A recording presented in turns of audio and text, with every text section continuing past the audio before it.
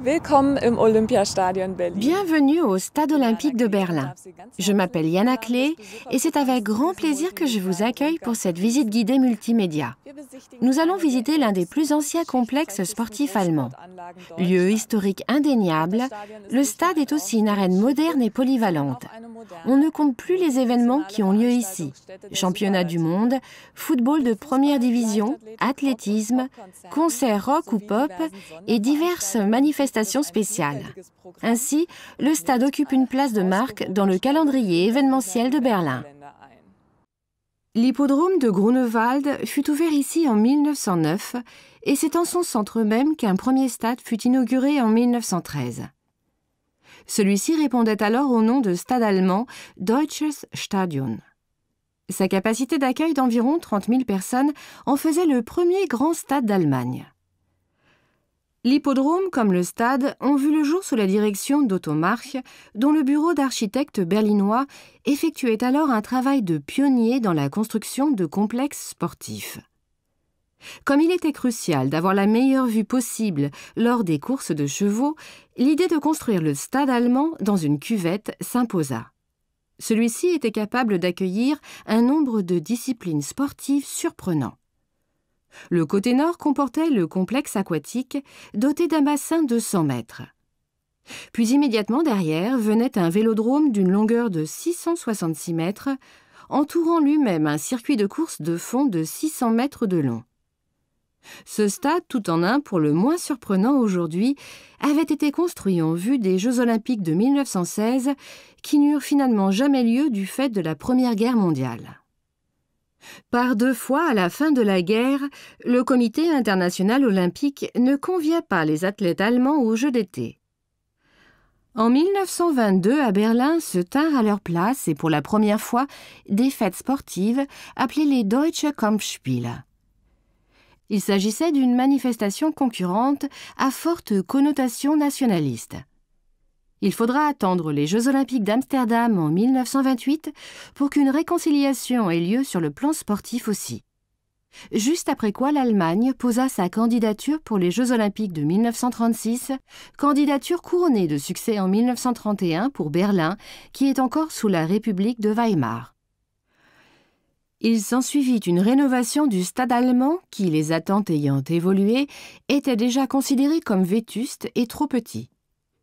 Une capacité d'accueil de 70 000 personnes était visée. L'architecte Werner March, qui avait repris le bureau de son père, était responsable du projet. Mais du fait de la crise économique mondiale, les plans de transformation furent annulés.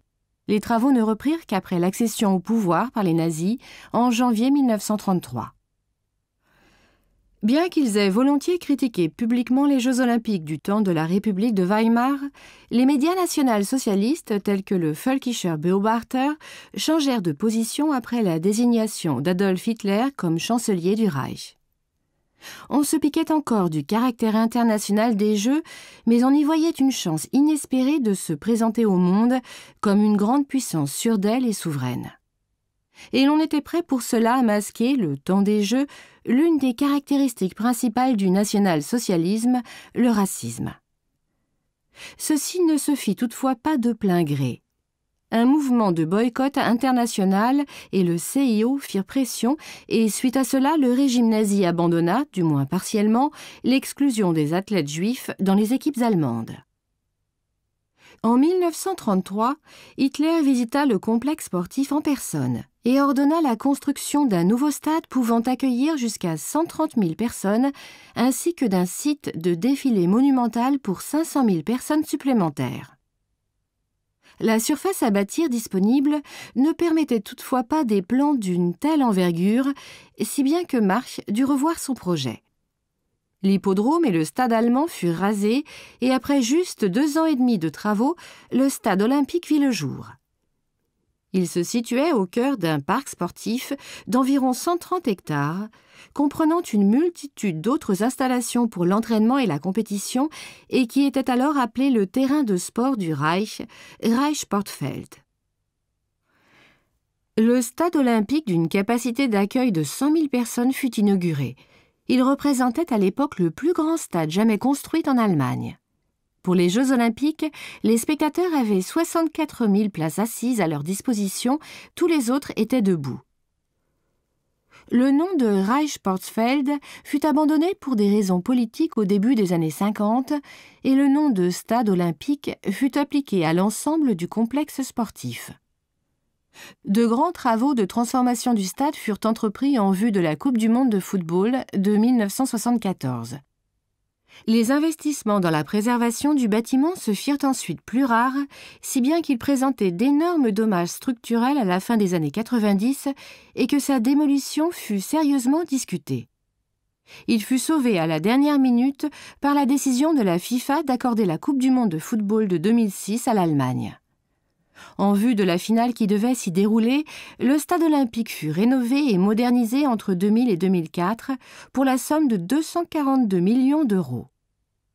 Comme vous pouvez le constater de l'extérieur, l'Office de conservation des monuments historiques a su être convaincant. Pour un stade multiplex moderne, le bâtiment a conservé de nombreux éléments historiques. L'intérieur a pourtant beaucoup changé. La transformation de nombreux éléments du bâtiment a été nécessaire pour lui permettre d'entrer dans le groupe des stades de football européens 5 étoiles. Situé dans le parc olympique de Berlin, le stade olympique de Berlin est aujourd'hui l'un des stades les plus renommés de par le monde. Synthèse spectaculaire d'un stade historique et d'une arène high-tech.